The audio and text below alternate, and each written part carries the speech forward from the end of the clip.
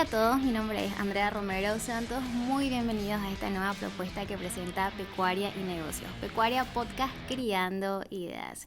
Y bueno, nosotros como medio de comunicación estamos comprometidos en brindar conocimiento, información, ya sea para los jóvenes que están iniciando en la facultad o para los ganaderos o para todo aquel que esté interesado en este apasionante mundo de la ganadería.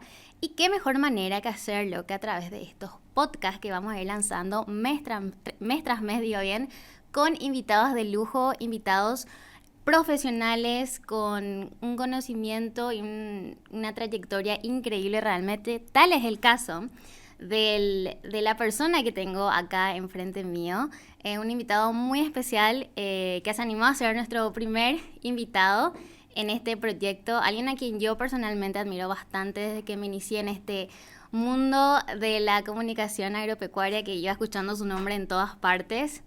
Y bueno, alguien que también es muy querido y respetado en el rubro, no solo por su profesionalismo, sino también por su amabilidad, su carisma y que lo caracteriza. Y bueno, sin más preámbulo, bienvenido, doctor Mustafa Yamay. Muchísimas gracias por ser partícipe de este proyecto. Bueno, hola Andrea, muchísimas gracias por la invitación y qué compromiso con la introducción que me diste, ¿verdad? Espero estar a la altura de tantas lindas palabras, así que te agradezco mucho y un honor ser la primera persona, el primer invitado a este podcast. No, por favor, doctor. Eh, Hablábamos hace rato un poco de cómo le iba a llamar, si doctor o presidente, porque es el actual presidente de la Bradford. ¿Cómo le llamamos? No, doctor nomás, yo creo que si no hago alguna macana en el resto de mi vida voy a seguir siendo doctor presidente de pasajero, así que todo Mustafa, que creo que eso va a permanecer. Bueno, doctor, contame un poco qué tal estás. Contanos un poco justamente sobre eso. Hace poco asumiste como presidente de la Bradford. Contanos cómo se dio eso, cómo inició los proyectos que están armando, todo lo que se viene con la Bradford. Bueno, esto nace allá por septiembre del 2023. La comisión directiva anterior, encabezada por el ingeniero Oliver Ferrero, me pide una reunión y le digo, les espero acá en la oficina, ¿verdad? Y bueno, tal fue mi sorpresa que se fue prácticamente toda la comisión directiva a hablar del Bradford, ¿verdad? Y bueno, a mí cuando me hablas del Bradford dejo todo porque es algo que lo tengo tan impregnado hace mucho tiempo, una raza que criamos hace mucho tiempo y bueno, y aparte que ellos son muy amigos míos, ¿verdad? Bueno, y hablamos de la posibilidad de hacer un cambio de directiva y me proponen a mí agarrar la posta, ¿verdad? Y bueno, no estaba dentro de mi hoja de ruta, ¿verdad? Pero yo digo, no, si es un ofrecimiento y se dan las condiciones y podemos armar un lindo equipo y renovado equipo de trabajo, ¿por qué no?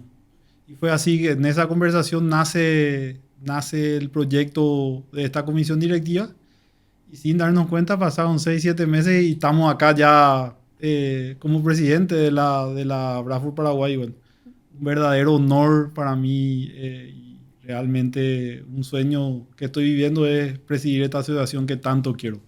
Ya con un nuevo desafío, ¿verdad? Así mismo. Pero usted perdón, vos ya conformaste parte de la dirección comitiva Sí, de yo la fui, Bradford. yo fui miembro de la comisión directiva cuando Miguel Solís fue presidente y desde el 2009 o 2008 soy miembro de la comisión técnica. En una época fui presidente de la comisión técnica también, ¿verdad? Y bueno, siempre muy ligado a la parte técnica de la raza. Comisión directiva tuve un breve paso, pero yo decía siempre que mi contribución mayor iba a ser siempre de la parte técnica. Entonces, estuvimos siempre ahí metidos y de cerca con la Asociación Bradford. Y como profesional veterinario, ya te tocó trabajar anteriormente, me imagino, con la raza. Sí, sí, sí.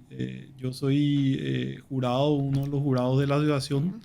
Hace muchísimo tiempo que hago la admisión también, ¿verdad? Ya sea ahí en las expos o si no de admisiones de campo. Y bueno, realmente dando con tanto placer ese tiempo que cuando la Braford nos pide, ¿verdad? Y así mismo fuimos encarando este desafío, ¿verdad? Dar un tiempo que se convierta en algo valioso. Entonces fue que conformamos un equipo renovado de trabajo y dándole un tinte mucho más empresarial. O sea, desde el primer día con el equipo que me está acompañando hablamos de armar realmente profesionalizar todos los aspectos de la asociación y bueno, usar un poquito de la experiencia diaria del mundo laboral y llevarlo a esta asociación.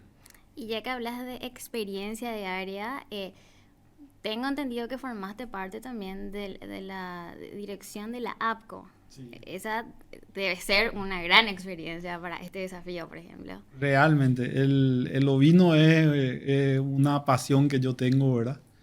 Y a través de una invitación allá por el 2010, por ahí, Bernardo Seupen, colega amigo mío, me invita a formar parte de la comisión directiva de la APCO. Y 2 años después estaba siendo yo presidente en el 2013, ¿verdad? Bueno, fue toda una experiencia, realmente fue toda una experiencia. Nos pusimos como meta darle un lugar, o sea, que empiece a aparecer el ovino, que deje de ser la mascota de la... Y fueron años de muchísimo trabajo, de muchísimo trabajo. Luego fui parte de la comisión técnica, la acompañé a Arnaldo Silveira como vicepresidente y bueno, siempre ligado a la APCO desde donde se puede, hoy ya como socio vitalicio, ¿verdad? Y bueno, siempre acompañando de lejos, de cerca, apoyando donde se puede a esa pasión que yo tengo que son los ovinos. Los ovinos que ahora pisan fuerte realmente, si hablamos de todas las razas realmente. ¿Y alguna experiencia así personal que te gustaría compartir un poco sobre de cuando fuiste parte de la APCO? Bueno, tengo muchísimos recuerdos, ¿verdad? Muchísimos recuerdos, muchísimos lindos recuerdos, ¿verdad? Recuerdo que el año 2013 fue un año muy duro para mí a nivel familiar, entonces la primera consulta era si iba a aceptar o no ser presidente y bueno, yo siempre como le digo a Nidia, que fue la eterna, la mamá guazú de todos nosotros ahí en la APCO a mí me salvó, a mi familia le salvó porque todo el día estuvimos con la cabeza puesta ahí. Eh, Apenas asumimos, armamos una gira hermosa por todas las cabañas. Fueron 2 semanas de recorrer, de mirar un poco, de identificar dónde estábamos parados y qué podíamos hacer. Nos dimos cuenta que era un mundo por desarrollar, ¿verdad? Lo que hoy estamos viviendo soñábamos en aquellos kilómetros que recorríamos y esas noches que hablábamos de cómo tendría que ser la producción ovina en aquel entonces. Me acuerdo del trabajo arduo para que, si quieren saber por qué hoy en el acta de vacunación tenemos que marcar la cantidad de carneros y de ovinos, fue un trabajo que hicimos en aquella época. ¿Cómo se dio eso, por ejemplo, doctor? Y nosotros teníamos una necesidad de identificar, o sea, teníamos que saber cuántos ovinos había en Paraguay, ¿verdad? Y decíamos, tenemos que aprovechar algún marco general en las estancias como para que nos cuenten qué cantidad de ovinos tienen también en el campo. Y bueno, trabajando, hinchándole a todo el mundo. Finalmente yo creo que más por hincharle a la gente accedieron y bueno, es el motivo por el cual figuran hoy en las actas de vacunación esa declaración jurada que necesitamos poner los tenedores de bovinos y de ovinos y de caprinos. Experiencias realmente muy lindas, anécdotas de las expos, los viajes, las importaciones, las idas a países extranjeros para mirar ovinos. Fue una muy linda experiencia realmente y pasó el tiempo, pasamos más de 10 años ya de todo eso. ¿Cuánto tiempo fue de presidente? Yo fui presidente 2 años.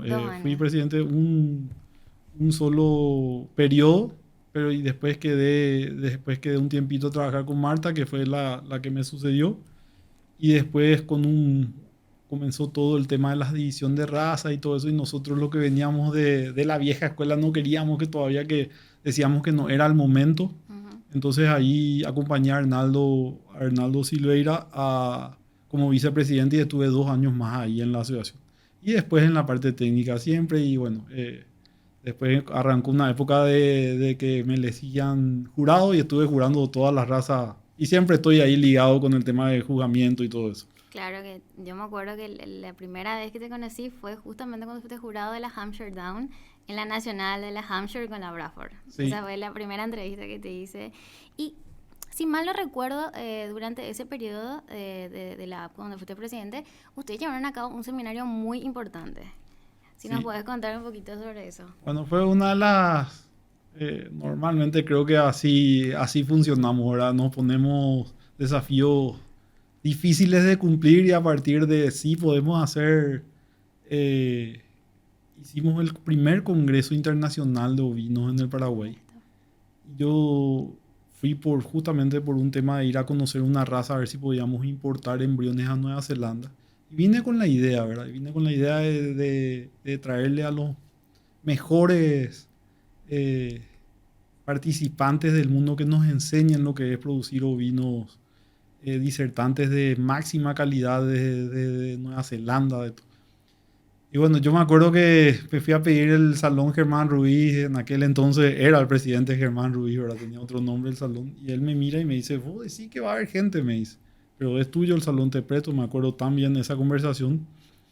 Nos prestaron y llenamos el salón, ¿verdad? Finalmente llenamos el salón, hubieron más de 300 personas. Fueron 2 o 3 jornadas hermosas, llenas de gente con disertantes de primer nivel. Ese fue un desafío espectacular. Me acuerdo que Jeremy Absalom fue uno de los disertantes neozelandeses y él me pide, yo no te voy a cobrar nada, pero sí tengo que viajar en primera clase porque doy toda mi charla y tengo que volver a viajar a China, ¿verdad? Ujú. Y bueno, yo me recuerdo bien eso porque fue el máximo costo del congreso, fue hacernos cargo de eso. Él vino una semana antes, recorrió el Paraguay, se quedó realmente enloquecido con lo que eran nuestros costos de producción. Nosotros nos habíamos ido antes y imagínate lo que son esas montañas verdes llenas de ovejas en Nueva Zelanda. Y él sí que vino acá decía, qué país hermoso para producir, decía. Con los costos, me acuerdo que en aquel entonces la diferencia era 10-1 más o menos del costo del maíz. Y bueno, fue un intercambio muy lindo y se logró eso. Una anécdota hermosa también. Buenísimo. ¿Y cómo inicia todo, Musta? ¿Cómo inicia todo? ¿Cómo inicia tu amor al campo? Si bien entiendo que a lo familiar también, ¿verdad? Pero ¿cómo se despierta en vos y también la decisión de, bueno, yo voy a estudiar veterinaria, ¿verdad? Bueno, desde chiquitito, siempre me dice mi papá que yo desde chiquitito dije que iba a ser veterinario, ¿verdad? Tengo los primeros recuerdos de durmiendo con tío Pocho y tía Lila, que eran el capataz y su señora, y yo me quedaba en la estancia y dormía con ellos, ¿verdad? O sea, seguramente mi papá le decía que me cuiden, entonces no tenía mejor remedio que yo duerma en el medio de ellos y me quedaba mucho tiempo, ¿verdad? En aquel entonces mi trabajo era ponerle nombre a las lecheras y a las cabras, ¿verdad? Y bueno, de muy chiquitito, estamos hablando de 3, 4 años, ¿verdad? Siempre tuve el campo presente, o sea, todos mis recuerdos de la infancia son con el campo. Y bueno, antes de terminar el colegio, ahí mezclado un poquitito con el deporte, arrancamos el cursillo de veterinaria y sin ningún milímetro de duda nunca que mi vida iba a estar alrededor del campo, ¿verdad? Yo soñaba con esas camionetas y irme a administrar campo y subirme a caballo y desarrollo de estancias y planificar todo eso siempre ya de la época de colegio. Y bueno, y lo fui cumpliendo tal cual, ¿verdad? Va pasando el tiempo y vamos quemando etapas también, ¿verdad? Hoy miro como un recuerdo ya otra vez esa época, ¿verdad? ¿Alguna anécdota de esa época que nos quieras comentar? Miles de anécdotas, realmente miles de anécdotas. La época de estudiante de veterinaria, yo jugaba al rugby, entonces ¿qué hago, verdad? Tenía que ir a pedir permiso porque teníamos que viajar por la selección, pero a veces venían los exámenes de anatomía y yo decía, si yo llego a rendir solo anatomía, no hay forma que pase, ¿verdad? Y felizmente el director académico era muy deportista, el doctor Clotildo Bobadilla. Y siempre me acompañó mucho en aquel entonces que yo representaba a la selección, pero nunca me perdonó tampoco un examen, ¿verdad? O sea, rendí las materias más difíciles de los primeros cursos solo, ¿verdad? Y siempre yo le decía que mi compromiso era que no me iba a aplazar, ¿verdad? Entonces hacíamos un trueque ahí de permiso versus que yo fuera que tenga siempre buenas notas, ¿verdad? Y creo que cumplí. Recuerdo que estudié, ahí sí empecé a estudiar en forma. Al pasar el primero y segundo curso yo siempre hablaba, siempre a mí me preocupó mucho el tema de administración y el tema de números. Entonces con un grupo de entre 3 compañeros empezamos a estudiar de noche una carrera nuevita, en aquel entonces se llamaba Administración Agraria, ¿verdad? Entonces la vida era así, irnos a la facultad, estar todo el día en la facultad, después nos quitábamos el guardapolvo, veíamos si teníamos que cambiarnos la remera y nos íbamos a la facultad, a la otra facultad de noche. Entonces fueron años de sacrificio que nos preparó para hoy, ¿verdad? Esa experiencia también que uno se acuerda de la facultad, habrá sido en ese entonces una decisión difícil para vos tener que, porque me comentaste que el rugby era una pasión también para vos, ¿verdad? Para que no todo es campo, ¿verdad? ¿Hace cuánto empezó eso? Desde el colegio, me imagino. Sí, del colegio, como deporte del colegio, yo fui capitán de la selección del colegio, ¿verdad? Y después representé al Paraguay en varias categorías, ¿verdad? Y bueno, en la época de transición colegio-universidad, ya me tocaba la selección mayor y eran días de entrenamiento y viaje. Y la facultad, que era una actividad nueva para mí de todo el día, yo tuve 14 años en un colegio solamente de varones, empezaba a tener compañeras. Lo beneficioso había sido que era tener compañeras en la facultad por todo el tema de la ayuda del estudio y todo eso. Y bueno, fueron unas épocas que era de decisión constante de qué hacer, ¿verdad? Pero siempre muy, muy comprometido, algo que siempre lo tengo de comprometerme a algo y tratar de hacer de la mejor forma posible. Y eso duró hasta el último año, ya el primer año de profesional, porque ya empecé a viajar y ahí es donde dije, hasta acá llegué con el deporte. Y lastimosamente de muy joven dejé de jugar así bien entrenado. Después cada vez que me tocaba venir a Asunción en algún momento, iba, pero ya de cara dura, ¿verdad? Y ya ahí empezaron a venir las lesiones porque ya no estaba entrenado. Pero bueno, fue una época muy linda también. Me imagino, porque si bien manejo sobre el tema, es un deporte que te da disciplina, compañerismo. ¿Crees que eso aportó mucho en tu formación también? Totalmente, una filosofía de vida, ¿verdad? El avanzar, aunque sea de 1 centímetro, pero avanzar en que vos sos parte de un equipo, ¿verdad? No es como el fútbol que puede aparecer un Messi y 10 más, ¿verdad? En el rugby eso no sirve ni tampoco hay, ¿verdad? En el rugby son 15 personas que las 15 tienen que hacer un trabajo diferente y a la perfección para ganar un partido. Y yo lo tomé y lo llevo mucho a la vida cotidiana. Yo quiero que siempre tratar de ganar el partido sin importar quién meta el gol y que el equipo se luzca así es que se tiene que lucir, ¿verdad? Generalmente disfrutamos mucho nosotros del proceso más que del resultado final y eso hace que le demos mucho hincapié a todas las etapas de los procesos, ¿verdad? Y es una consecuencia nomás llegar a la meta y creo que eso viene del rugby.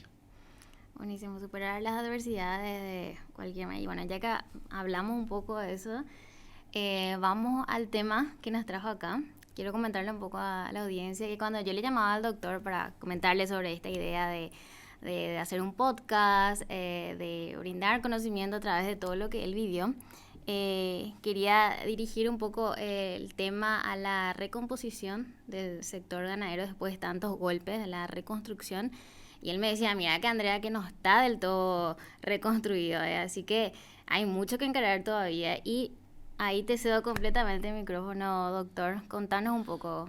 Bueno, venimos de años muy complicados Ujú. en lo que se refiere a factores climáticos, ¿verdad? Exactamente. Siempre hay un pre-pandemia, pandemia y post-pandemia, ¿verdad? Y el año antes de la pandemia salimos de una inundación, entramos a una sequía que duró prácticamente toda la duración de la pandemia. Nosotros como sector productivo no teníamos limitaciones de movimiento y nos movimos mucho en una época muy fea, especialmente en el área donde a mí me toca trabajar, que es el Chaco. Y con todas las adversidades que trajo esta Pandemia. pandemia Sí. de precios por el piso, el miedo, ¿verdad? De de quedarnos en nuestra casa para ver qué iba a pasar. Paró el mundo, realmente paró el mundo y nosotros seguíamos produciendo bajo el lema "el campo no para", pero al fin del día estábamos con la incertidumbre de ver qué es lo que iba a pasar con nosotros y con el mundo, ¿verdad? Eh, Teníamos todo proyectado, recuerdo bien, teníamos todo proyectado y un día aparece la enfermedad y en marzo después los precios empiezan a ir por el piso y el factor climático que nos acompañaba. Entonces realmente nace ahí la tormenta perfecta de lo que es el campo. Tuvimos que hacer muchos esfuerzos económicos para seguir trabajando, para cumplir con la meta, con el lema este "el campo no para". Pero empezamos en algunos establecimientos comernos la cola y en otros realmente sobreendeudarnos para seguir trabajando. Y bueno, esos son coletazos que hasta hoy estamos pagando, hoy estamos recibiendo. No va a ser muy fácil salir de esta cuestión, más aún que todavía el factor climático no está tan restablecido, ¿verdad? El año pasado por fin tuvimos un año bueno de lo que se refiere a cantidad de agua caído en el campo. Y después nos dijeron que íbamos a estar con el niño y toda la inundación fue hacia el sur, ¿verdad? Realmente quedaron campos anegados en toda la región oriental, en la parte sur. Pero nosotros en el Chaco tuvimos un año muy, muy raro, ¿verdad? Lluvias en algunos sectores, en otros sectores cerquita de donde llovió cero lluvia, ¿verdad? Un año donde parcelas de agricultura también, otras no pudimos ni sembrar. Bueno, realmente entonces siempre atado del factor climático hace que esta recuperación y recomposición del negocio ganadero y el negocio agroganadero, hoy ya te diría, esté ahí buscando una luz al final del túnel. De todos estos factores que mencionaste, estamos hablando, a ver, sequías extremas, inundaciones, baja de precios por el piso y una pandemia otra vez. ¿Cuál de estos factores crees que fue el que más te golpeó personalmente? Te voy a hablar compartiendo tal vez con otros colegas. Te voy a hablar de una anécdota un día que fue así el día que hasta ahí llegué, ¿verdad? Estábamos en La Patria. No, yo estaba en el Chaco Central. Me llama un primo de La Patria y me avisa que se nos quema un corral nuevo. Y fue por un error humano, ¿verdad? Se nos quemó un corral, entonces yo agarro, me dice, ¿estás sentado? Estoy sentado. Le digo, ese ya era un problema. Yo estaba solucionando ya un problema en esta estancia. Después, cuando le digo, me voy mañana, amanezco ahí, vamos a ir a ver. Llego allá, efectivamente, el corral quemado, ¿verdad? Y de ahí, un calor, me acuerdo que hacía un calor y empieza a soplar el viento sur.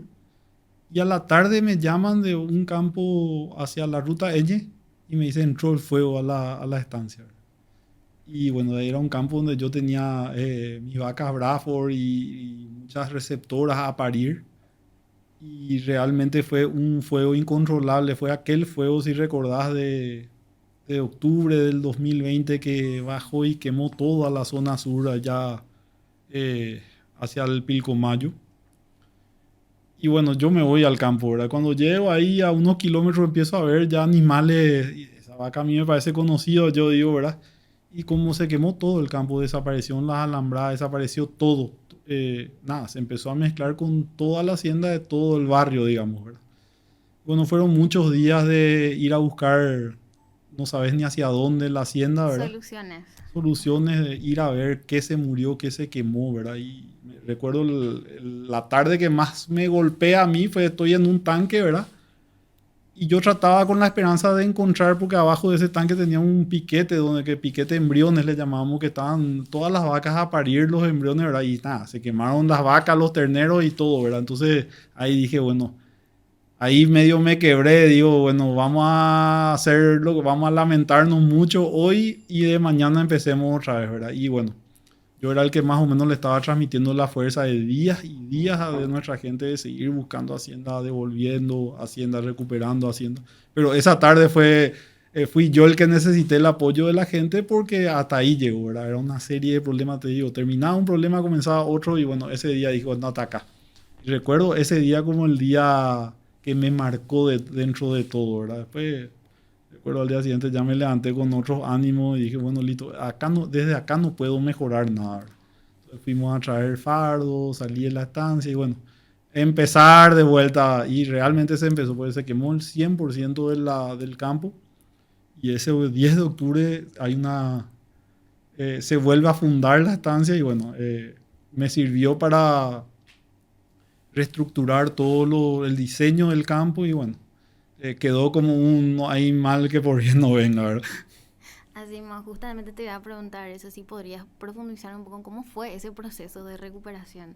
Después de, pues, me imagino, habrá sido un golpe durísimo. Imagínate que había contratistas que no cobraban, o sea, que estaban esperando mi ida para que entregarme los alambrados, los corrales, o corrales a terminar, o piquetes a terminar, y pastura a terminar, y que desaparecieron, ¿verdad?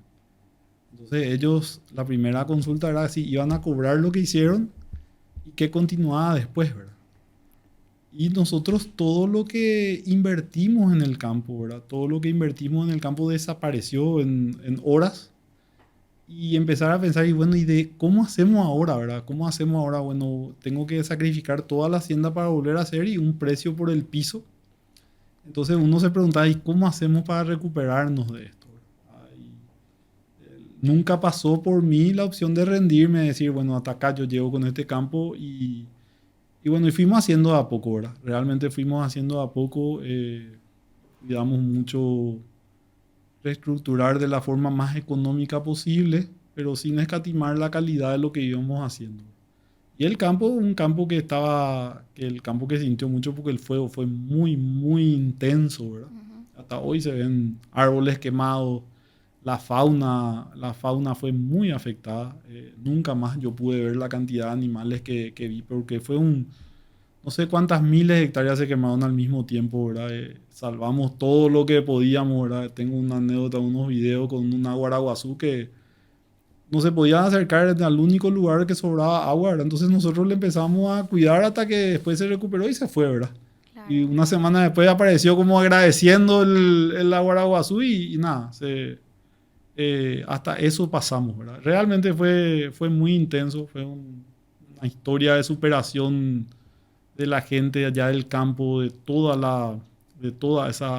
sector del Bajo Chaco, ¿verdad? Porque un campo tenía más tragedia que el otro campo, ¿verdad? Y bueno, impresionante pasar hoy por ahí y decir, pensar que acá vivimos esto.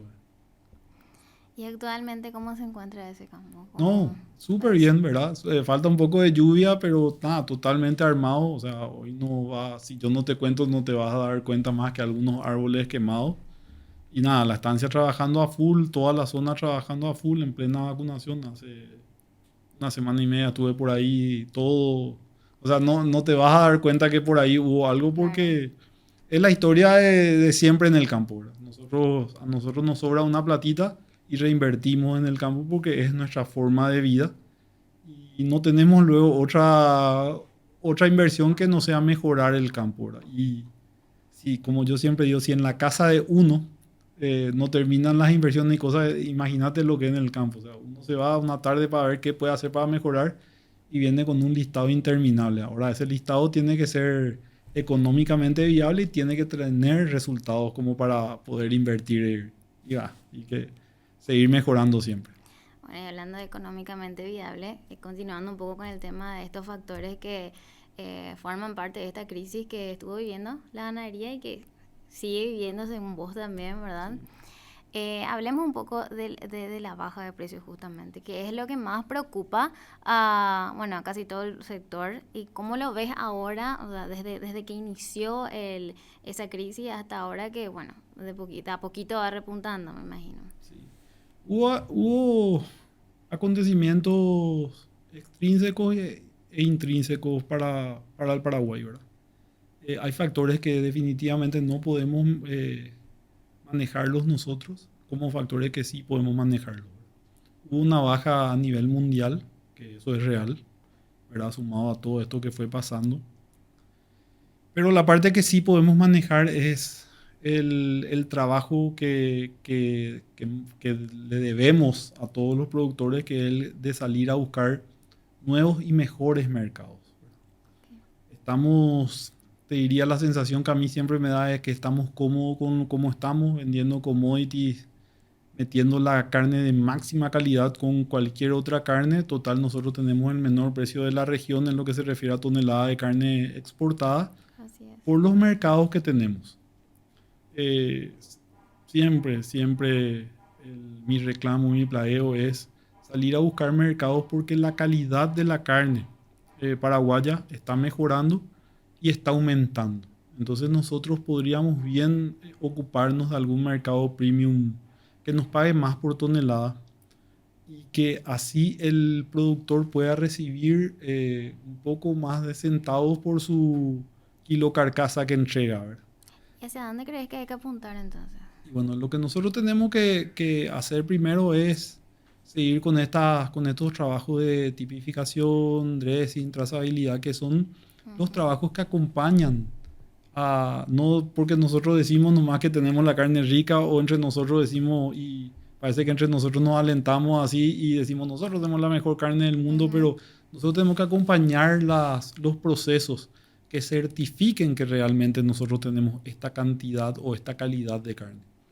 Aparte tenemos muchísimas hectáreas por crecer todavía. Hoy suena raro decirte crecer todavía porque el negocio como negocio está ahí. Si no es un empate, está medio deprimido.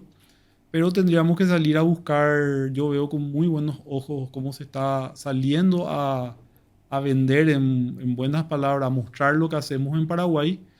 Y reclamo que no siempre estén nuestras autoridades, nuestros representantes de los gremios acompañando esas delegaciones. Porque cualquier acceso a los mercados premium, ahora la ventaja de que tuvimos el acceso a Estados Unidos, eso nos da un nivel de decir, Exactamente. bueno, el Paraguay cumplió con las exigencias de un mercado tan grande como es el americano, y eso tenemos que aprovechar, como así también el europeo, ¿verdad? De la Unión Europea que tanto se está hablando de estos Sí. acuerdos, ¿verdad? Que Y, ahora ten- vienen para hablar sobre eso, y justamente. bueno, y tenemos que salir a conquistar esos mercados premium donde nos paguen más por kilo de carcasa entregada y que esa ganancia o esos dólares de más reciba el productor. Porque el productor va a seguir invirtiendo, va a seguir mejorando, pero tiene que tener sentido y que tenga sentido y que a fin de año le sobre plata en el bolsillo. Eso es lo que todos procuramos finalmente. Todos hablamos de raza, de pastura, de medicamento, de recorrido, pero lo que todos buscamos al final del día es que nos sobre dinero en nuestra empresa ganadera. Y hoy tenemos que hacer el trabajo de campo y el trabajo gremial y el trabajo de reclamo y el trabajo de acompañar, pero hay que estar en eso porque el Paraguay es un país que respira campo. O sea, al campo le va bien, no es muy cliché el término de decir que si al campo le va bien, a todos nos va bien, porque la cadena es Claro. infinita y enorme, es todo lo que repercute un año bueno de agricultura, un año bueno de ganadería. Y bueno, tenemos que hacer ese esfuerzo. Primero, identificarnos como país agroganadero. Eso es uno de los reclamos que yo siempre hago. O sea, o nos sentimos o no nos sentimos un país que respira campo, ¿verdad? Primero, aceptar esa identidad y luego después con mucho orgullo salir a ofrecer lo que el Paraguay hace. Hacemos comida y comida de mucha calidad. Estamos hablando de proteínas, no estamos hablando de otra Exactamente. cosa. Lo que nosotros podemos ofrecer al mundo y eso es muy valioso y muy requerido en el mundo. No es que estamos vendiendo parte de cables o celulares o cosas exóticas o lujosas, sino eh, alimentos de primera calidad, en este caso proteína. Entonces apuntar hacia otros mercados sería. Totalmente, totalmente. Buscar nuevos mercados, buscar que los contratos nos obliguen a crecer, ¿verdad? Que no nos quedemos en esta cantidad de carne que se exporta y sobre todo con estos porcentajes muy mediocres que maneja el Paraguay, ¿verdad? Seguimos hablando del 50% de destete, ¿verdad? Ujú. Entonces, eso nos tiene que obligar a nosotros a ir levantando la vara también de la productividad de los campos.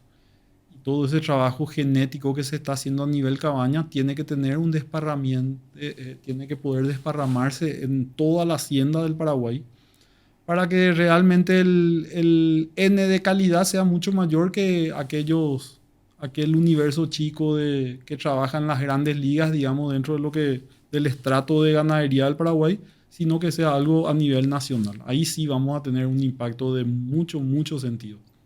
Excelente. Bueno, continuando un poco con los factores, me gustaría saber también tu opinión o experiencia tal vez con el factor climático. Ahora mismo se habla mucho del fenómeno del niño, que es algo incierto otra vez. Si nos podés comentar un poco sobre eso.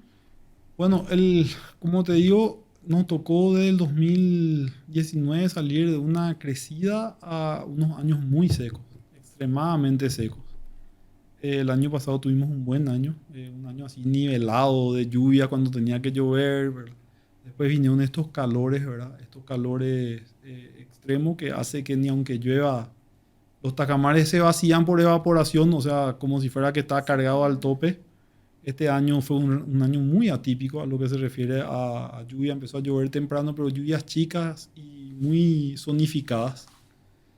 Y bueno, ¿qué te puedo decir del factor climático, verdad? Toda la vida las personas que trabajamos en el Chaco nos despertamos y vemos cuándo va a llover o cuándo podemos salir de la estancia si llovió. O sea, estamos muy atentos desde que yo tengo uso de razón al factor climático.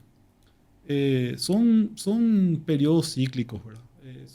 Esto es bien cíclico y yo creo que nosotros tenemos que seguir encontrando la tecnología, encontrando la forma de poder y seguir produciendo con estas, de acuerdo al factor climático que nos toque, ¿verdad? Sí, claro que sería ideal que llueva planchado, que llueva cuando tenga que llover, ¿verdad? Pero bueno, tenemos que encontrar la vuelta a lo que tenemos y hoy en día aparecieron los colectores, aparecieron las razas que aguantan más. O sea, hay tecnología como para seguir produciendo de la mejor manera con las adversidades climáticas o las bonanzas climáticas. ¿Tenés alguna experiencia que te gustaría compartir sobre soluciones que como productor y como profesional también tuviste que encontrar a raíz del factor climático, por ejemplo? Bueno, te puedo hablar desde la introducción de la agricultura a los campos ganaderos, como una gran solución de tener alimentos todo el año, ¿verdad? Te puedo hablar de los colectores, las canchas de colectores de 30, 50, 60 hectáreas de colectores para aprovechar cualquier pequeña lluvia y mandar a los reservorios. Eh, a ver, te puedo hablar de los cruzamientos que se adaptan muy bien a estos años secos, ¿verdad? Uh-huh. Y hay mucha tecnología, o sea, todo el día estamos viendo la estrategia para ver y sortear y trabajar de la forma más barata y de la mejor forma posible con los factores climáticos que nos tocan, ¿verdad? Pero todo tiene hoy por suerte todo tiene una solución. Cuesta más o cuesta menos, pero podemos encontrar la vuelta. Pero lo más impactante, si vos me preguntás, una de las cosas es el cambio, la introducción de la agricultura a nuestros esquemas ganaderos. Ok. ¿Puedes profundizar un poco sobre eso? Sí, nosotros primeramente arrancamos con chacras agrícolas Uh-huh. para hacer silos de reservas de invierno para nuestra recría, porque el Claro. pasto cuando deja de llover se termina y se termina hasta la siguiente lluvia, que en el caso allá del Alto Chaco viene allá por noviembre, diciembre históricamente, entonces vos estás 6, 7 meses tratando de alargar la oferta forrajera que quedan los potreros. Cuando dijimos, ¿qué podemos hacer acá? Seguimos disminuyendo esta carga a 0,6 por hectárea, no pudiendo aprovechar. Entonces, en una época sobraba el pasto, en otra época faltaba. Y la opción de meter agricultura nos sirvió mucho para mantener una carga mayor. Y bueno, y una cosa trajo la otra, ¿verdad? La agricultura después ya se volvió interesante, entramos en el maíz, ¿verdad? Después ya nos hablaron de la tecnología del riego, después ya nos hablaron de que podíamos hacer una agricultura de renta, después ya nos hablaron que si hacíamos el confinamiento podíamos tener más carga y bueno, embarcado en muchos proyectos que fuimos dirigiendo y acompañando. Hoy tenemos todas esas ramas de producción en la ganadera que hace que podamos tener un negocio mucho más proyectado, ¿verdad? Hasta donde nosotros podemos manejar.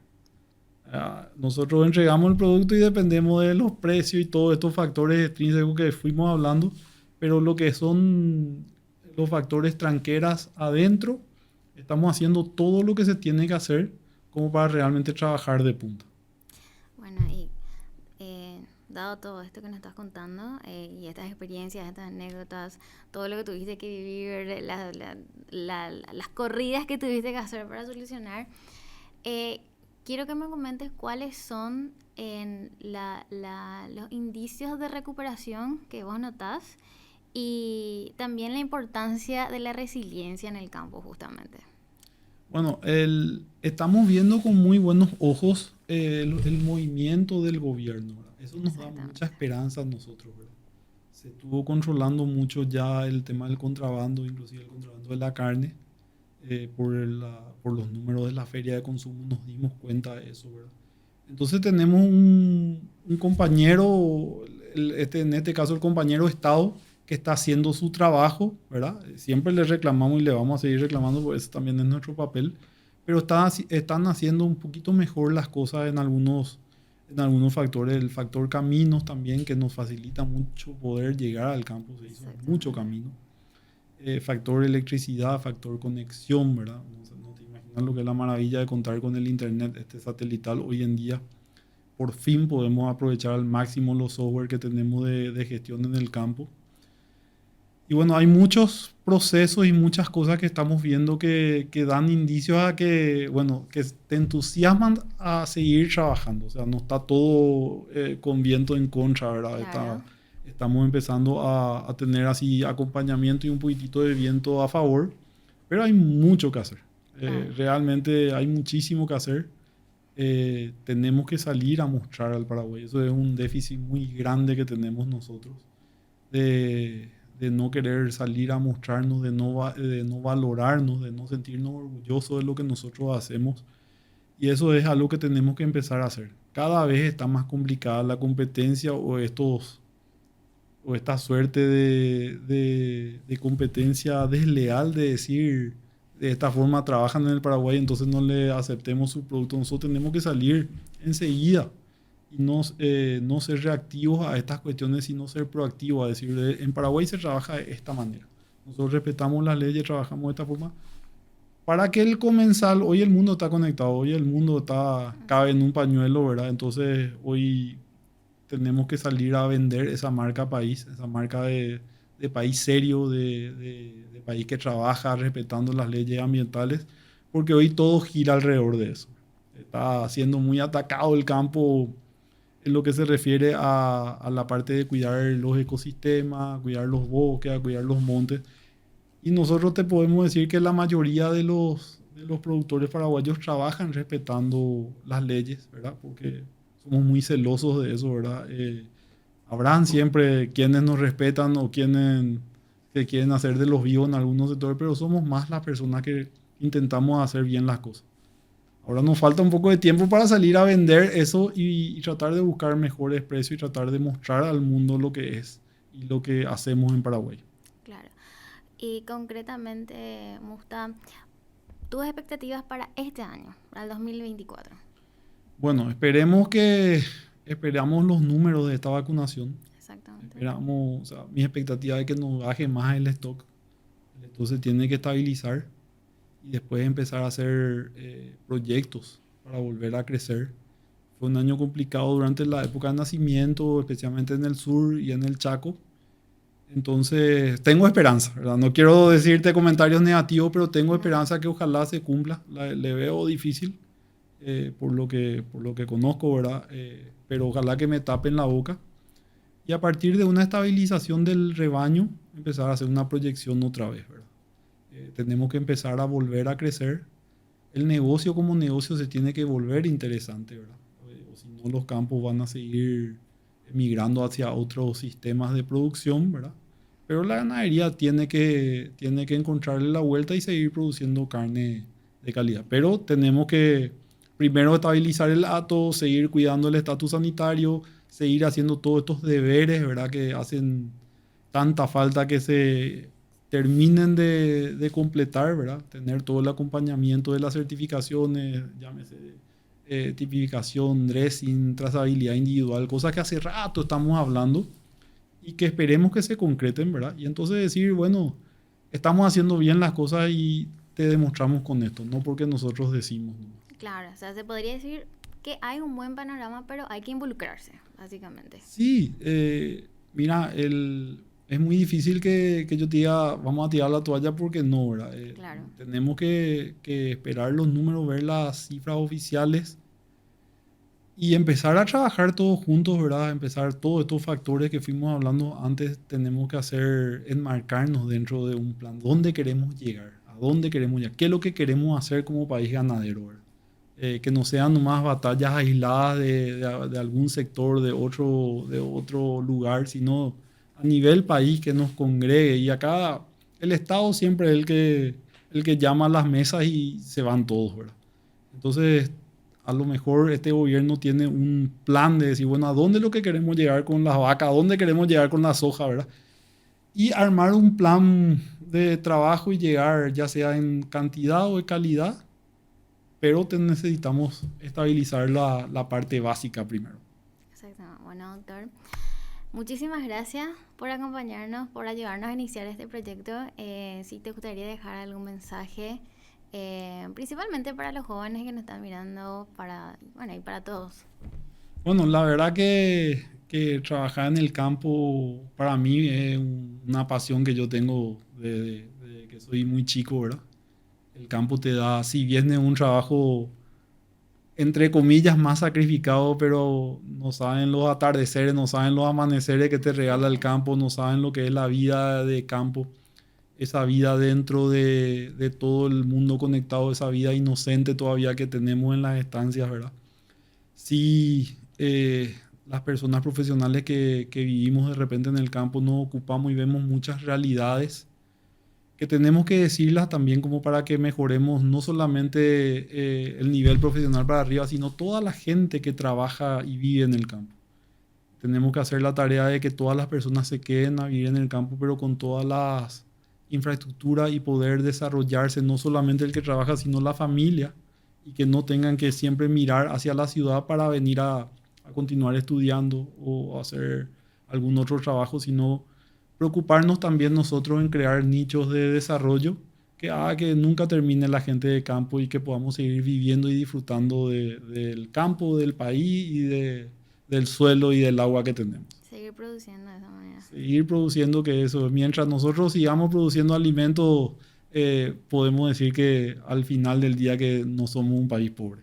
Doctor, muchísimas gracias.